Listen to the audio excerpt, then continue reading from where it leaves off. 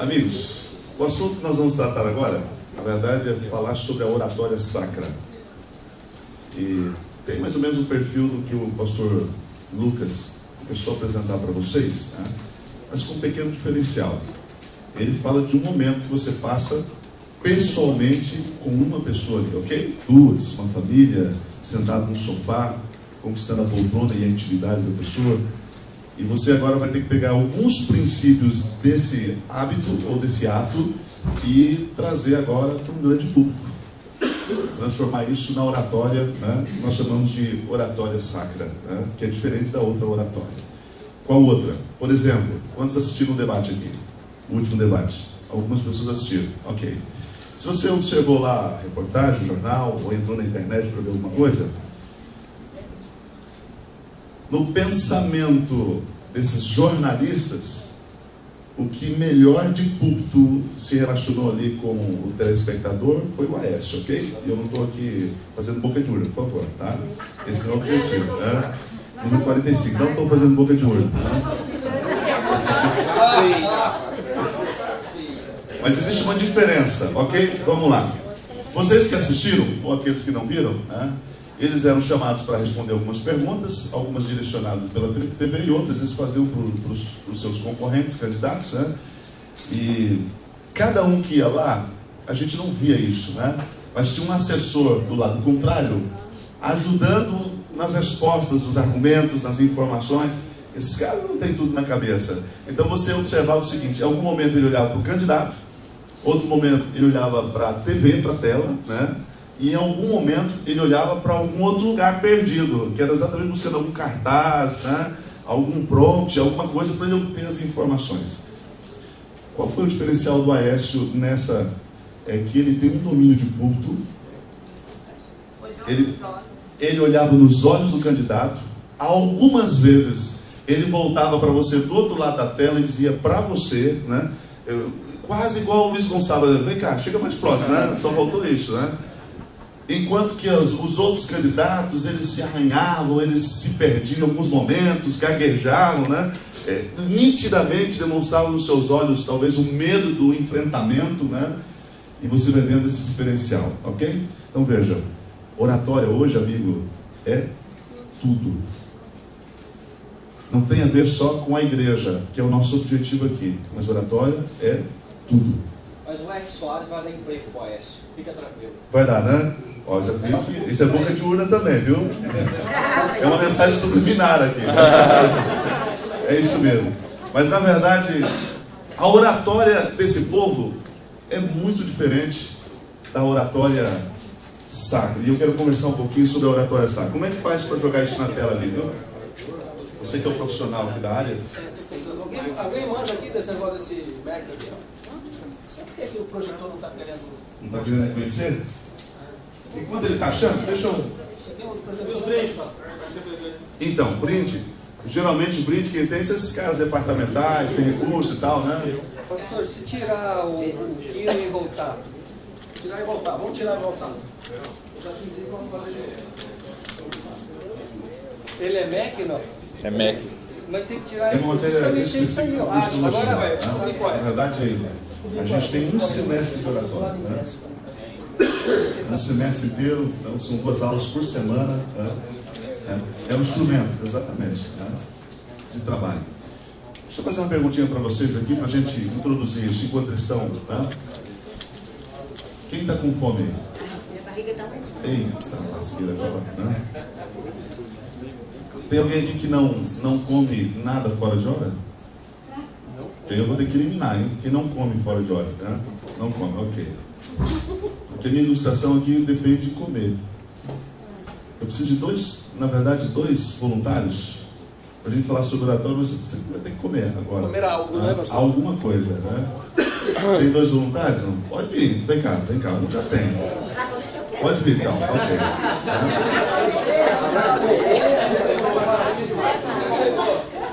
Uma barrinha legal na mão. Você viu a barrinha? Ok. As barrinhas são boas. Estava atento? Ó, na verdade é o seguinte. Tem na verdade, quantos gostam de paçoquinha? Deixa eu ver. Eita, é bastante gente, né? Não gostou não? Vai ter que comer paçoquinha. Tá em tempo de desistir, viu? Não, eu vou comer a paçoquinha. Vai. Ok. Você já imaginou? Olha a sacada desse camarada, né? Esse cara que inventou isso aí. Ele pegou a paçoquinha, que é tradicional, ok?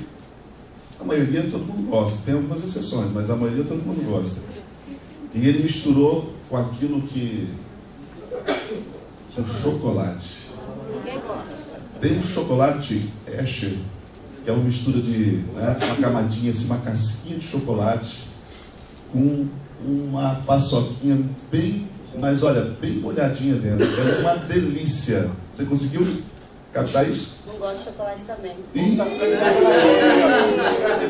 ó, Não gosto não, mas vamos comer. você vai, mas não é obrigado. Ó. Tem gente que tá louco para pegar essa vaga aqui. Ok. Deu água na boca, não? Já comeu? A hora que você pegou, eu vi que você com a barriga na boca. Ok, tá. Agora, existe uma diferença de descrever isso para você. Esse é o primeiro ponto, né? E o segundo é mostrar. Veja, é isso aqui, ó. É esse chocolate aqui, ó. Já comeu esse chocolate de paçoca? Isso é uma delícia. Isso é uma delícia. Uma hora dessa, hein? Isso é mais do que uma sobremesa. E, ó, não precisa muito. Então, eu tentei patrocínio com o pastor Dinaldo, mas ele não me deu. Mas olha, se ele me der, próximo ano. Olha, isso é uma delícia. Se você puder passar no mercado e você vê uma caixinha, são 3 que vem, né? Uma eu já comi no caminho, por isso que veio só 2, né? Isso é uma delícia. Agora, existem 2 diferenças, ó, entre falar para você, segundo, te mostrar, Comer, ai, e terceiro, gostoso. comer. Então vamos lá. Não é comer primeiro, não? Eita, não gosta, mas não espera, né? Mas a propaganda foi boa, né? Foi boa. E tem que comer, tem que comer. Eu queria falar, não, mas essa daqui é diferente da sua. Olha, vem não, você me Mais deu chocolate isso. nessa, né? Ô, vai, isso é bom. Vamos ver. Bom, viu, Ronaldo?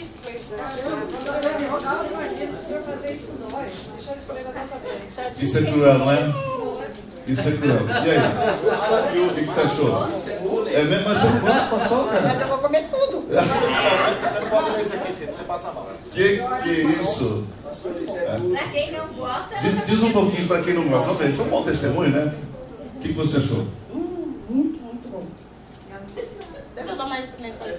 Quando acabar a aula, eu vou comer uma peixada recheada. É delicioso mesmo? Suave, muito suave, delicioso. Não é muito doce, sabe que? Muito agradável. Tem o salgadinho também da paçoca, dá uma quebradinha. Salgadinho daquela paçoquinha, E não, isso dá quadradinho, diabetes. sabe, que a gente come. Olha, eu sou uma irmã muito boazinha. Eu vou deixar isso aqui para os meus irmãozinhos ali, ó, da minha igrejinha. Eu não vou Olha deixar aí, não, tá? olha Não aí. vou deixar não. Agora não vai deixar não. Pode sentar, pode sentar. Pastor Leirão, Oi. o Ronaldo ali, se for de briga, nem pensou de baixar o livro. É mesmo? Toda hora eu cobro, né? Sabe por que eu trouxe essa pequena ilustração aqui? Só para dizer para você o seguinte: oratória é levar as pessoas a experimentar aquilo que você tem a dizer. A gente tem muitos recursos para fazer isso. Por exemplo, um pregador, um preletor, alguém que vai fazer uma palestra, se ele passar 40 minutos falando, provavelmente você vai conseguir absorver daquilo que ele vai dizer uns 11%, talvez. uma dica do pastor original. Fala muito? Não, porque ele está fazendo uma enquete. Ah, está fazendo uma enquete. Pô, pensei que ele falasse muito. Está sendo gravado isso aqui, né? Agora veja, o segundo ponto é assim, olha, o bom pregador, e eu estou falando de oratória sacra, o bom pregador é aquele camarada que ele está preocupado em ilustrar aquilo que ele vai dizer. E as ilustrações, elas têm uma marca distintiva. Eu tenho certeza que você vai esquecer da minha cara feia, vai esquecer do que eu te disse aqui, mas você vai lembrar do chocolate que eu judiei de você, ok? Eu vou dar excelente já aqui. Obrigado, pelo menos um.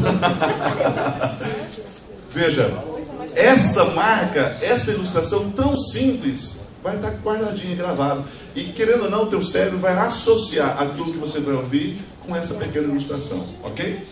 Terceiro ponto, e aqui está o desafio de todo pregador, aqui está o desafio do professor de escola sabatina, aqui está o desafio, talvez, da pessoa que vai estudar a Bíblia com alguém, né? Mesmo que seja uma pessoa só, mesmo que seu púlpito seja um sofá e do outro lado seja uma pessoa, veja, é você levá-lo a de fato a ter uma experiência com aquilo que você vai dizer ou com aquilo que você vai apresentar. Esse é o grande segredo da oratória. Esse é o grande objetivo da oratória. Aliás, a gente já sabe disso, mas o que está acontecendo? Esses camaradas aí fora do movimento neopentecostal, eles estão usando isso voltado para o sensacionalismo, para vender uma imagem, vender ideias, vender mensagens que não são bíblicas, como a teologia da prosperidade. Você pega um Valdemiro, por exemplo, e ele explora demais testemunhos. Sempre ele traz um cara lá que contou uma história e tal, e ele explora isso porque ele já descobriu que esse método do testemunho, ele é poderoso para convencer as pessoas a fazer aquilo que elas não querem fazer. A TV já sabe disso. E ela tem gastado milhões com estudos e também com propagandas efetivas, exatamente para atender uma necessidade sua, às vezes até espiritual. Por exemplo, vou usar uma propaganda bem antiga, já não tem mais, então não posso usar. Tinha uma propaganda de cigarro em São Paulo, e esse cigarro, ele dizia o seguinte, cigarro Marlboro, que era o... Marlboro não? Alguém que satisfaz. Não, é outro, então deixa, eu vou esqueci o nome do cigarro, mas vocês vão me ajudar. Mistura fina. Esse é antigo, hein, que eu vou dizer. Esse cigarro, não vou lembrar a marca, mas dizer assim, que era o sabor da amizade. Lembra desse cigarro? Free. Sabor da amizade, ok. Mas o que eles perceberam? Por exemplo, as grandes cidades do país, elas tinham... Você percebeu o seguinte, que o habitante, o camarada que mora na grande cidade, às vezes mora 20, 30 anos no mesmo lugar e ele não conhece o vizinho da direita e nem da esquerda. O cara sai 5 horas da manhã e volta quase às 10. Trabalha que nem um doido durante a semana. No final de semana está cansado. O máximo que ele vai fazer é pegar a família dele num shopping. O paulistano, por exemplo, o programa dele é shopping e jogo de futebol. É exatamente isso. Ele não tem outro programa.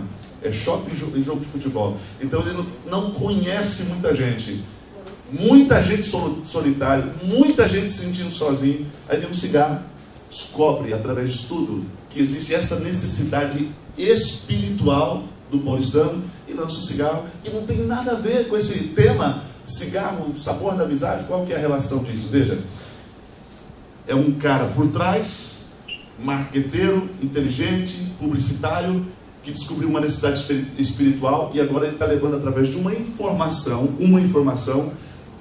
do outro lado, a pessoa a experimentar aquilo que ele quer vender. Oratória, amigo, pega esse princípiozinho. Oratória é exatamente isso. É você levar o ouvinte do outro lado a experimentar aquilo que você veio trazer. Então, quanto mais você conseguir sair desse campo do só ouvir, para quem sabe ele ver alguma coisa e depois ele experimentar, eu sei que é um desafio, nem sempre a gente vai conseguir fazer isso. Você leva ele uma experiência mais profunda com a mensagem que você tem a levar. Nem aquela propaganda lá da Brahma, né? Da esquina, levou o Zeca Pagodinho. Experimenta! E ele lá olhando assim para ele experimentar. Ele só usava a Brahma, né? Experimentar a skin também. Então, o marketing ali era experimenta a nova skin, né? E interessante que geralmente as propagandas, elas sempre virão assim, na forma autoritária, imperativa, né? Experimenta, beba, observe, isso é uma estratégia de marketing. Né? Isso é gente bonita. Isso é convincente. As mulheres com pouca roupa, mostrando. Mas isso não usa na oratória sacra, tá? Mas é verdade. Então, nosso desafio, talvez, é entender um pouquinho exatamente qual é o plano do Senhor sobre essa questão da oratória sacra. Deixa eu só avançar, daqui a pouco eu vou ler um texto bíblico. Qual a diferença, então, entre a oratória sacra e qualquer outro tipo de oratória? A diferença está aqui, ó, exatamente nos objetivos e no conteúdo. Essa é a diferença entre qualquer tipo de oratória e a oratória sacra, né? Por exemplo, os objetivos. A oratória sacra tem um propósito, um objetivo. Qual é? Adoração, amigo. Aliás, ontem a gente está tendo um final de semana com o Mário Jorge, é um dos grandes musicistas dessa igreja, né? Ele deve ter 50 anos só trabalhando. Muitas músicas que você canta vêm da mão do Mário Jorge. E ontem ele disse para a igreja o seguinte, ele diz assim, que a tendência da gente ao ir à igreja é achar que de lá vamos receber alguma coisa. Então a gente vai lá para ouvir um bom sermão, ouvir uma boa música. E ele diz assim, eu achei isso tremendo, ele diz assim, que o único que vai à igreja para receber alguma coisa é Deus. Você não vai para receber, você vai para dar, sempre dar, adorar a Deus. Então não importa qual, olha como muda o foco das coisas. Não importa quem vai ser o pregador, não importa qual vai ser a mensagem, se o camarada vai te impressionar ou não, você está ali para adorar. Então quando você louva, canta, você está adorando. Quando você se ajoelha, você está adorando a Deus. Quando você chora lá, você está adorando a Deus. Quando de maneira racional você experimenta a mensagem e toma decisões, você está adorando a Deus. Veja, quando você ouve a mensagem de um outro adorador que está lá, quer dizer, ele foi adorar a Deus trazendo uma mensagem, quer dizer, lá não vamos atrás de nada, vamos adorar. Esse é o grande propósito da oratória sacra. Esse é o objetivo da oratória sacra, é você adorar. Então quando você leva uma mensagem, você está levando uma mensagem para você adorar, você pregador, e para as pessoas que vão te ouvir também adorar naquele momento. Olha que interessante qual que é o objetivo da oratória? O centro da minha pregação é um culto racional. Tem problema chorar? Não. Tem problema você sorrir? Não. Tem problema de um pregador usar, quem sabe, uma linguagem bem-humorada lá na frente? Não. Lógico que existe uma linha divisória muito importante nesse processo, né? Mas não tem problema. Mas o objetivo da oratória é levar a pessoa do outro lado a tomar decisões racionais. Racionais. Oratória sacra. Terceiro objetivo. Na verdade, a oratória sacra, cremos assim, é Deus falando através de quem? De você, pregador. É isso mesmo. Existe um texto da Bíblia muito interessante. Você conhece bem esse texto. Falando sobre oratória, eu quero usar porque o texto é conhecido, Atos capítulo 4. Fala aqui de dois homens que usaram de oratória, Pedro e João, perante o Sinédrio. Atos capítulo 4, o versículo 13. E eu acho isso incrível, a maneira como Deus usa a gente, né? É Ele que usa. É Ele que usa. 4, versículo 13. Ali diz assim, ó: ao verem a ousadia de Pedro e João, sabendo que eram homens iletrados e incultos, admiraram-se e reconheceram que haviam estado eles com quem? Aqui vem a grande experiência do chocolate, ok? Como é que você vai levar o seu público a experimentar alguma coisa? A, quem sabe, galgar esses passos, sair do só ouvinte, para o ver, e logo depois para um campo muito mais complicado, que é a experiência com a mensagem. Só existe uma forma. Todo bom pregador, geralmente, ele busca, ele coleta, ele garimpa a sua mensagem dos momentos de comunhão que ele tem com o Senhor. Porque não tem como você levar alguém a experimentar aquilo que você vai falar se você não experimentou antes.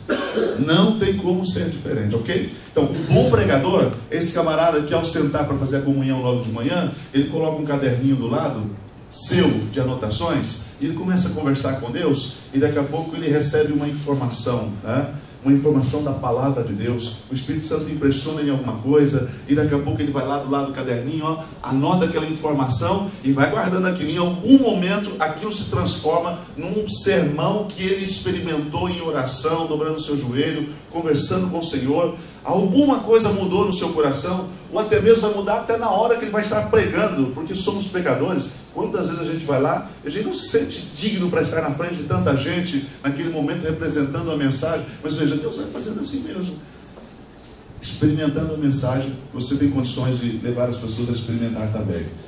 E o objetivo da oratória sacra também é levar as pessoas ao ensino, à exortação, a tomar decisões importantes e conhecer o plano de Deus, ok?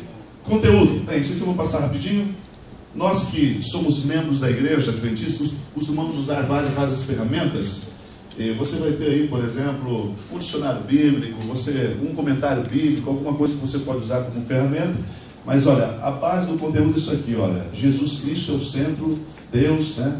A palavra de Deus é o que nós devemos usar. Aliás, tem uma rica fonte aqui, ó, para um bom pregador. Quando eu digo uma rica fonte, eu costumo pregar e eu vejo que os melhores sermões, sabe aquele sermão que você percebe que impactou a igreja, que mexeu com a igreja? é quando você consegue extrair do sermão da Bíblia e do Espírito de profecia. Rapaz, leia o Desejado das Nações. Não tem fonte mais preciosa para você falar de Cristo do que usar o Desejado. Tem cada coisa impressionante. Por exemplo, você pega João capítulo 21 e vai pregar João capítulo 21. Os discípulos tinham se decepcionado porque Jesus havia morrido e agora estavam todos dispersos. Daqui a pouco, a Bíblia diz que Pedro sugere a mais outros, no total 7, voltarem a pescar. E eles voltam a pescar. Você sabe a história. E a Bíblia diz assim: e passaram a noite inteira e não pescaram nada. O que será que esses homens conversavam alguns dias depois da morte de Jesus? Você imagina que durante a pescaria, eu não sou pescador, e bom pescador diz que lá na pescaria tem que ficar quietinho, mas eu tenho certeza que esses homens conversaram sobre Jesus, por que Jesus morreu, por que Jesus nos deixou, e agora o que eles fariam da vida deles. Construíram toda uma expectativa com Cristo e agora acabou. O que eles iam fazer? E a noite inteira, gente acostumada com a pesca, não pescaram nada. Aí você está preparando o seu sermão, aí você abre o livro Desejado e vai ler essa história lá. A Bíblia diz assim: e ao clarear do dia, veio Jesus na praia. É isso que diz. Aí você abre o Desejado das Nações e ela diz assim: durante toda a noite havia um solitário observador lá na praia, que não perdia os seus discípulos do seu olhar. Olha que coisa impressionante. Aí você pega essa história que você leu lá no Desejado, aí você olha para a tua igreja e diz assim: que noite escura você experimenta? Quais são as dificuldades e lutas que você tem enfrentado? Você já se sentiu como os discípulos, longe de Deus, longe de você, não ouvindo a tua oração? E aí nesse momento você lê esse texto, ou você lembra essa informação e diz assim: Deus nunca desampara. Aliás, o livro de Pedro diz assim, que Deus não perde os seus filhos do seu olhar, né? Os justos estão debaixo do olhar de Cristo constantemente. O próprio apóstolo Pedro escreve isso mais tarde. E aí você busca nesta fonte e traz uma informação enriquecedora para esse grupo. Amém. E sabe o que mais diz essa história? Diz que Jesus mandou os discípulos jogarem a rede do lado direito do barco, né? Uma informação sem sentido, talvez na Bíblia, não sem sentido, talvez nesse termo, mas assim, não muito importante. Aí você abre o Desejado e ela diz assim: Jesus mandou jogar do lado direito, e tinha que ser do lado direito. Era uma questão de confiança na palavra de Cristo. E era do lado de que Jesus estava. Olha, ela diz isso, exatamente. E era o lado em que Jesus estava. E ela diz assim, termina com essa frase, desse parágrafo ela termina com essa frase, dizendo assim: todas as vezes que o ser humano tomar das suas forças e unir com o poder divino, ele sempre terá êxito na sua obra. Olha que informação impressionante. Entende? Veja, você precisa na oratória sacra explorar vários instrumentos, e um deles é o Espírito de profecia. Explore, tem muita coisa boa lá. Explore de maneira agradável. Oratória sacra não é pegar o Espírito de profecia e ó, na cabeça do irmão, ok? Esse não é o tipo de sermão cristocêntrico, não é o tipo da oratória sacra. O Espírito de profecia é você buscar mensagens positivas da salvação. Entende isso? Mesmo quando o pecado está ali, o método não é você descer o reino no irmão, tá? Ou na igreja. O método sempre é levá-lo a ter comunhão com o Senhor. Na verdade, quando alguém erra, eu sempre penso assim: é a pontinha do iceberg, tem um outro problema por trás. O Mário Jorge ontem ele trabalhou com a igreja duas coisas. Ele trabalhou o comportamento e o relacionamento com o Senhor. E ele chamou o comportamento de sintomas e o relacionamento com Deus de a doença. Ah, a irmã está com a saia curtinha na igreja. Diz ele, isso é comportamento, isso é sintoma. O problema não é esse. Eu posso tentar resolver o problema da saia, deve aumentar a saia para vir até o joelho. É como você pegar um filho que está com febre e você dá lá um analgésico qualquer para a febre parar. Mas você mascarou o problema real, que não é a febre. A febre é um sintoma, a doença é outra, correto? Então veja, quando você vai trabalhando essas questões importantes, você vai descobrindo que o sermão, a oratória, ele tem um objetivo de exortar, sim, sempre com amor, sempre levando o pecador a uma experiência com o Senhor. Você está lidando com a doença, e a doença só vai ser resolvida quando ele se debruçar na frente da cruz ir aceitar Jesus e se relacionar com Ele, ter comunhão com Ele. Esse é o único jeito de resolver. E esse é o único propósito da pregação Eu fiz cristã. alguns cursos de palestrantes, algumas coisas de oratório em São Paulo, e a gente, no curso, a gente sempre debate isso, eu uso muito isso na igreja. Quando a gente vai falar para o público, tem um problema que a gente quer resolver. Sempre tem que ter na mente um problema. Bom, eu quero que a igreja se torne mais ativa na leitura, no trabalho missionário, alguma coisa. Sempre com um problema, tá? A partir desse problema eu começo a trabalhar o tema, depois eu mostro as causas do problema e o final eu tenho que levar uma ação. Eu só às vezes falar bonito na igreja, mas não levar a igreja a uma ação não adianta de nada. Eu tenho que levar uma ação, tenho que trabalhar muito em cima disso. Olha que coisa interessante. Na verdade, se a gente fosse construir, não vai ser esse o foco, mas se a gente fosse construir o nosso sermão, você teria a introdução, ok? O corpo, o desenvolvimento daquilo que você vai fazer, e você teria o final, que é o apelo e tal, a conclusão daquilo que você vai trabalhar. A introdução, você pode levantar um problema. No corpo ou no desenvolvimento do sermão, você vai solucionar aquilo com os argumentos bíblicos, com de profecia, de várias maneiras. E no final, o apelo é sempre levar alguém a tomar uma decisão e agir frente àquilo que foi trabalhado, né? O sermão ele pode ter várias características. Por exemplo, pode ser um sermão temático.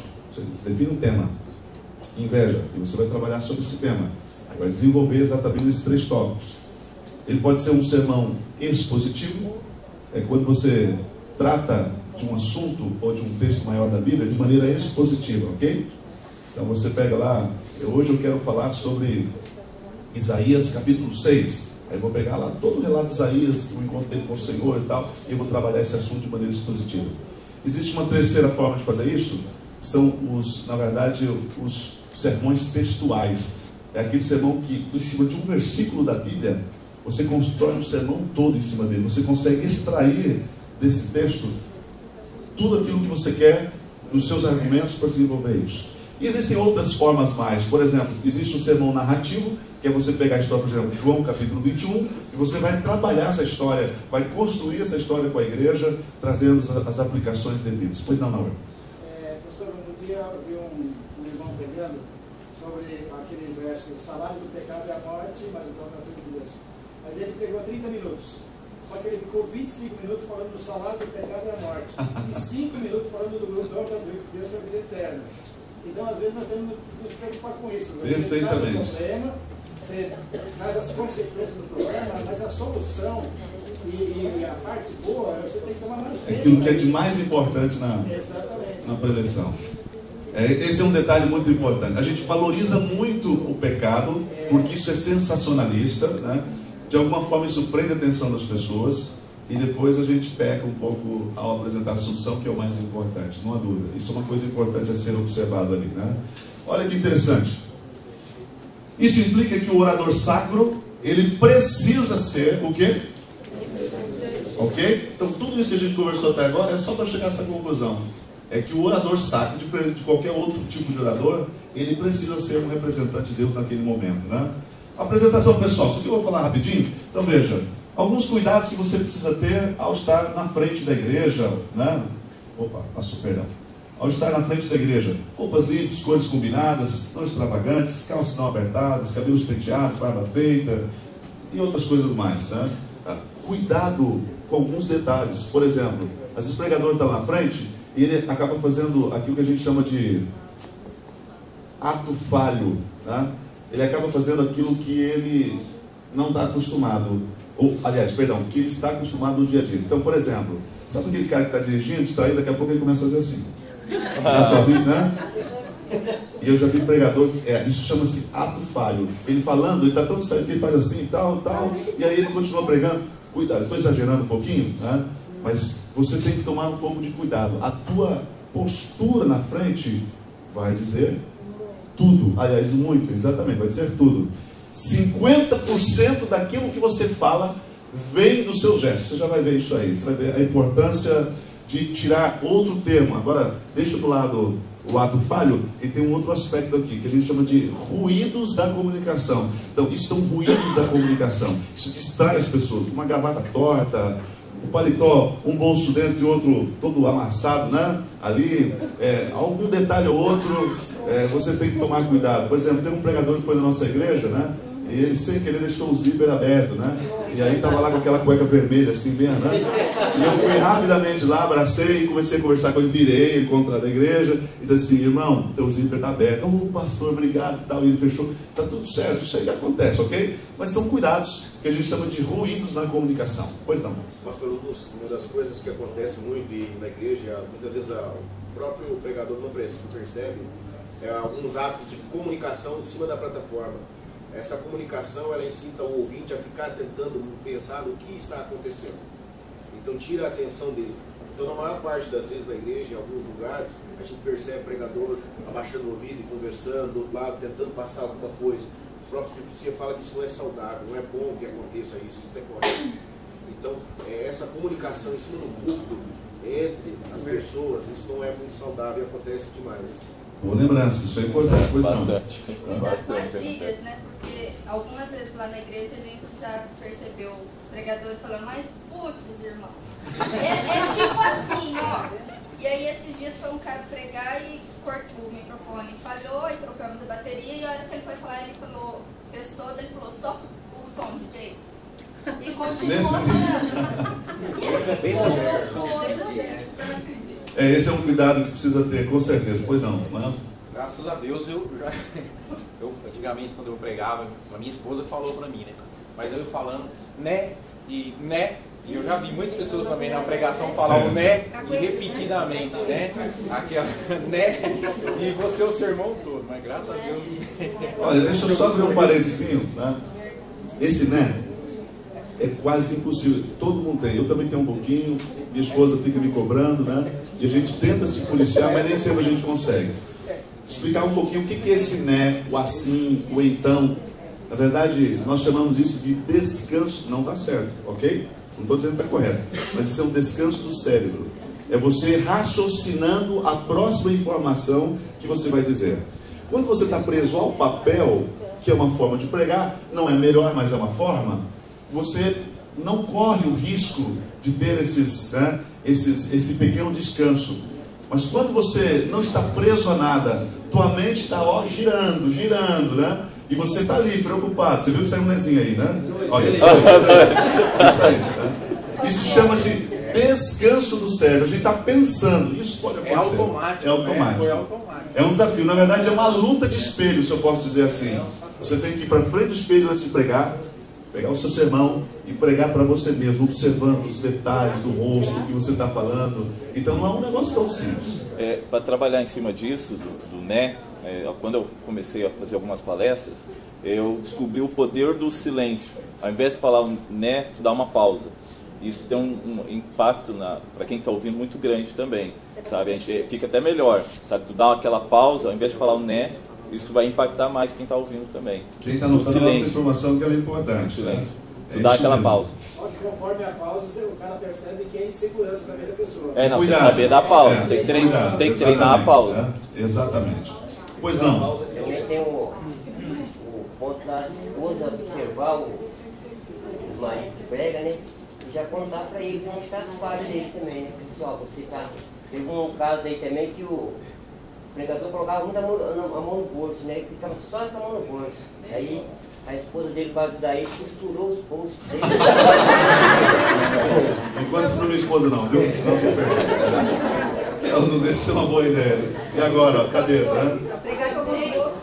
Uma vez, era dia do amigo. E aí eu levei uma convidada. Aí a pessoa que estava pregando lá, ele falava tudo errado. Eu fiquei morrendo de vergonha. Ele tinha um vocabulário muito bonito, ele falava tudo errado. Eu falei, dá o Senhor para cá. Esses são argumentos importantes, né? Uma coisa que eu acho que eu vejo muito isso na nossa igreja, na hora de você escolher a boa oratória, é a hora de você escolher também o pregador. Porque esses dias a gente está tendo todo domingo estudo Apocalipse na nossa igreja. E no último domingo, a igreja, não, desastre a gente estaria elogiando. Com algumas visitas na igreja, locais estavam sendo divulgados, o pregador parecia que, não sei se você já viu um vulcão soltando as larvas, parecia que tinha larva no púlpito, e uma hora esfriava de um lado e ele andava para o outro. Aí esfriava do outro, ele ficava assim, para lá e para cá, aquilo Deixa eu aproveitar. Você é muito inteligente para ver que ele estava desesperado, apavorado. Deixa eu aproveitar isso, porque a gente vai entrar exatamente na questão da postura. E a postura ela é importante. Esse gesto que ele acabou de apresentar, nós chamamos de animal enjaulado. Né? Não é isso? O cara vai para cá, o camarada vai para lá, e ele fica nesse ato. Exatamente. Isso é ruído da comunicação. O corpo fala muito. Pastor, eu fiquei tão indignado nesse dia que eu estava lá, que eu esqueci a minha humildade em casa. Falei, caramba, melhor que isso eu faço. Gente, foi muito ruim. Mas olha por ele, viu? Ele precisa da graça de Deus também. Mas veja, o corpo fala demais. Nós lemos um livro lá na época do seminário, provavelmente quem passou por lá deve teve contato com esse livro.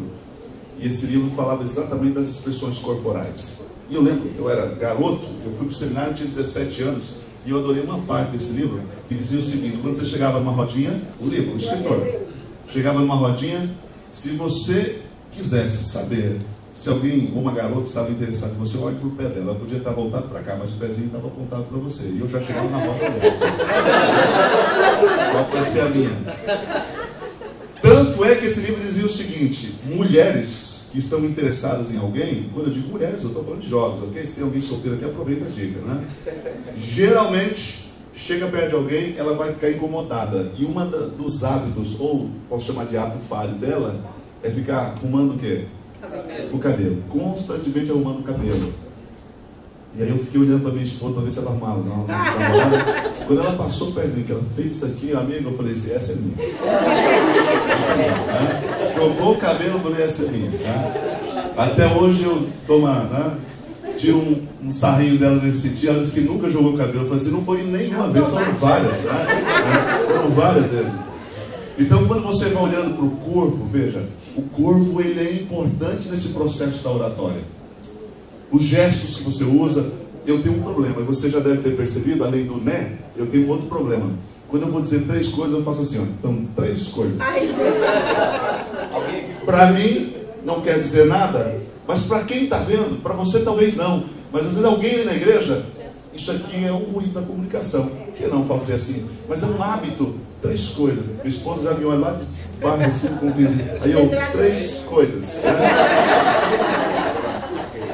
Outro problema dos gestos é você dar uma informação e o teu gesto condenar aquilo que você acabou de dizer. Eu quero hoje discorrer 3 pontos com você e tal, né? Ou 2 pontos, ou alguma coisa assim. Quer dizer, a gente tem que tomar cuidado com esses gestos. Alguns gestos agressivos, né? Aquilo que vem lá do alto e vem lá de baixo, o cara se confunde todo nervoso ali e ele vai, na verdade, se atravessando com a questão da postura. Cuidado com isso. Também a seleção no púlpito de ficar voltado a sua mente ou a sua atenção para um lado da igreja ou para uma determinada pessoa, porque eu conheço. Porque isso é ruim, né? Você acaba direcionando a mensagem e os outros estão aí por cima mesmo. Esse é um problema de sala de aula. Sabe por que é um problema de sala de aula? A gente é fruto da escola, onde os alunos ficavam sentados e o professor ficava te avaliando no canto. E aí você ia apresentar o trabalho, a tendência, preocupado com a tua avaliação, você olha só para o professor, né? Esse é um cuidado. Quando eu estou pregando, eu preciso olhar para todos. Eu tenho um pouco de dificuldade, por exemplo, com uma igreja assim, quadradinho, do jeito que a gente tem. Porque a tendência é você olhar aqui, ó, onde estão os seus olhos, certo? E aí esse coitado aqui fica ignorado pelo olhar. Porque, desde o começo, né? Desde o começo. Esse cuidado você precisa ter. Por exemplo, lá na igreja central, minha esposa puxou a orelha, porque eu costumava descer. E quando eu desço, quem está lá no fundo não enxerga direito o pastor. Enxerga, mas você tem que forçar. E a hora que o ouvinte tem que forçar alguma coisa, você está convidando ele a se distrair. Não tem problema de você descer rapidamente e voltar num lugar, num local onde todos possam te ver. E o segundo puxão de orelha que ela me deu é exatamente isso. Ela falou assim, você precisa olhar todo mundo. Geralmente você só olha quem está no seu olhar. Você esquece de olhar um pouco do fundo, do cantinho e tal. E essa dinâmica do olhar, ela é muito importante para a comunicação. Vou voltar para o debate? Quando você via Dilma falando, você percebia nitidamente nos olhos dela que ela estava extremamente nervosa. O Aécio teve um momento que ele ficou nervoso, foi quando Luciana, Genco, é isso, né? acusou lá do aeroporto, nessa hora ferveu o olhar. Você via o fogo nos olhos e o sapatinho de fogo, né, para pegar. E ele ficou nervoso. O olhar diz tudo. O olhar é importante nessa preleção, né? Alguém levantou a mão e eu ignorei, por favor. Não, eu penso assim, como oradora, normalmente você tende a focar aquele que está prestando atenção em você. E a gente erra, porque a gente deveria às vezes focar um que está distraído para que ele volte a focar você. Né? Com certeza. Pois não. Dois tipos de oratória que eu não me sinto bem, assim, assistindo, é quando a pessoa, ele faz o sermão inteiro só fazendo pergunta para você. Ele faz pergunta, mas não responde. Ixi, é uma das coisas. As perguntas você E a outra é criticando que você não está fazendo nada. Aí eu também não gosto. Olha os cuidados. Isso aqui é importante, viu? Olha os cuidados que a gente precisa ter. Quando ele faz a pergunta e não responde, ele deixa o público voltar, aquele público aquela visita, voltar para casa vazio. Ele não entendeu nada. Ele perguntou, mas não respondeu nada. E eu preciso ter esse cuidado na hora do preparo do meu tempo. Quando a pessoa faz isso, pode observar que ela não se preparou direito para estar lá na frente apresentando o tema, né? Pergunta e não responde, então ela não sentou, ela não escreveu o sermão, ela não leu isso antes. Porque na hora que você está preparando, você já está construindo o teu conceito com um começo, um meio, e ele vai concluir. Você tem que fechar esse tema, você tem que encerrar esse assunto. E para isso, você precisa preparar. Não tem como eu pegar um texto bíblico, e por melhor que seja, a não ser que esse sermão esteja aqui na mente, pegar um texto bíblico e achar que eu vou fazer que nem a igreja de congregação cristã, o Senhor me deu uma revelação e agora deu uma mensagem para você. Isso não vai funcionar. Eu tenho que preparar, eu tenho que escrever esse sermão. Como é que é o corpo do sermão mesmo? O corpo do sermão, você tem uma introdução, e nessa introdução você pode usar uma história, pode começar com um texto bíblico, quem sabe levantando essas perguntas para responder, não tem problema. Você pode usar uma ilustração para isso, você pode até definir exatamente onde você vai chegar ou não, isso é a introdução. Depois o desenvolvimento são os argumentos em relação àquilo. Aí você vai, dentro de uma maneira construtiva, determinar isso em tópicos, ok? Então você coloca lá 3 tópicos para responder aquela pergunta, ou para, quem sabe, resolver aquele problema levantado na introdução, né? Termina com um apelo. E o final é a conclusão e sempre apelo. Aliás, os obreiros evangélicos Ellen White diz exatamente isso. Não se deve terminar o sermão sem apelo. Pode ser até levantar a mão. Está ótimo. O fato da igreja levantar a mão, ela assume compromissos, ok? O fato dela se expor, tem bênção nisso.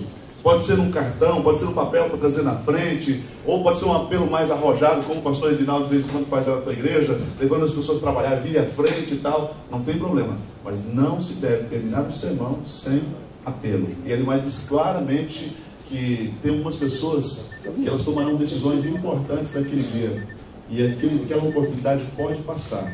E você precisa ter essa sensibilidade de não permiti-la sair dali sem ter essa conclusão. Pois não. Essa Bíblia, pastor, que eu acho lindíssima, acho que é Miqueias, que Deus faz, faz lá o profeta, ele faz a pergunta: o que é que o Senhor pede de ti? O que é o homem que o Senhor pede de ti? Aí ele mesmo já vai respondendo: que pratica justiça, dignidade, serviço. Ele mesmo vai respondendo. Então, se você faz a pergunta, tem em seguida a resposta. Com certeza, pois não. Uma coisa que eu aprendi muito importante é a gente saber com certeza o que nós estamos pregando.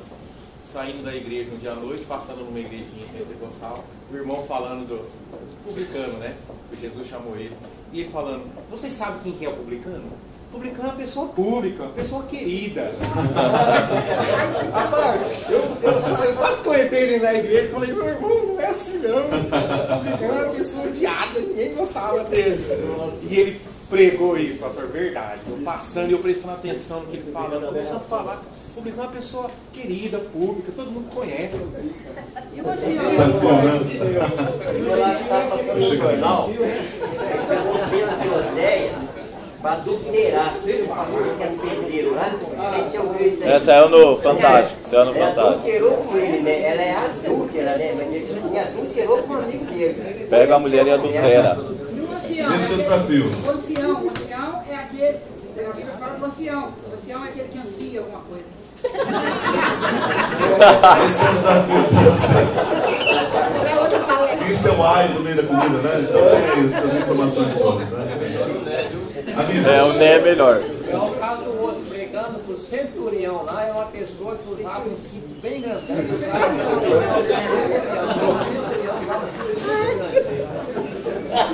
Cuidado com a leitura, né, Manu? Mas nesse momento as piadas são muito boas, são muito bem-vindas. Você sabe que no sermão, para concluir, já terminou meu tempo, né? Mas para concluir é o seguinte, né? A minha preocupação com as piadas é quando elas, primeiro, piada não cabe realmente no sermão, ok? Piada não cabe. Aliás, existe uma referência na mente da gente. Quando eu uso uma piada, aquela piada sempre vai levar a mente do ouvinte a algo diferente do meu propósito com o sermão, ok? Pode esquecer tudo, mas a piada ele entra. Com certeza, é forte. Isso aí entra, encharca, é como uma esponjinha, não sai ali. Mas a minha preocupação é o seguinte, é que também você precisa usar uma linguagem bem humorada. Em algum momento você pode brincar com a igreja, mas você tem que ter em mente o seguinte, tudo que você fizer, enquanto estiver pregando, tem que ter um propósito, ok? Às vezes o camarada sai do sermão para contar uma história engraçada, que você não consegue nenhuma ponte, nenhum vínculo com o sermão. O único propósito dele foi fazer um stand-up ali, ou contar uma história engraçada para ver você rir. Ok. Então não tem conexão nenhuma com o sermão, com aquilo que ele vai apresentar. E nem é um quebra-gelo, porque ele faz isso lá no meio do sermão. No começo ele pode até usar uma história que não tem nada a ver com o sermão dele, quebrar o gelo, conversar com a igreja e tal, mas em algum momento ele precisa levantar. E o final, cuidado com o final, a gente tem um hábito forte. Concluindo a mensagem, aí você está aterrissando, né? Daqui a pouco você fala mais 5 minutos. Agora concluindo de verdade, aí você fica só arremetendo e nunca termina a mensagem. Isso é ruim na comunicação. Você prepara a mente do seu ouvinte e você destrói tudo aquilo que você construiu antes, ok? Pois não. Eu acho que tem uma coisa que eu tenho dificuldade, na hora do sermão, fazer análise do palestrante. Isso não é bom, sabe? Eu me sinto bem com isso, mas infelizmente é uma natureza. A camarada está pregando, assim, percebe muitas vezes que os versos que ele está lendo não tem muito a ver com aquilo, ou aquilo que ele está usando não foca para a direção qual ele está trazendo. Isso me incomoda muito. Eu não sei se só eu tenho isso, mas me incomoda demais. Todo mundo tem um pouquinho desse senso levantando, senão o bom está empolgado aqui. Vai levantando. Eu também acho que o vereador não deve chegar lá na frente e falar, hoje não era eu que estar aqui, era outra pessoa, não sei o que, começar a se justificar demais. Dá a impressão que ele não está preparado, ele não se sente chamado por Deus. Chega e mesmo fala, deixa, o outro veio mesmo. Perfeitamente. Gente, obrigado. O assunto é gostoso, valia tanto. Deus abençoe vocês como pregadores. Tá?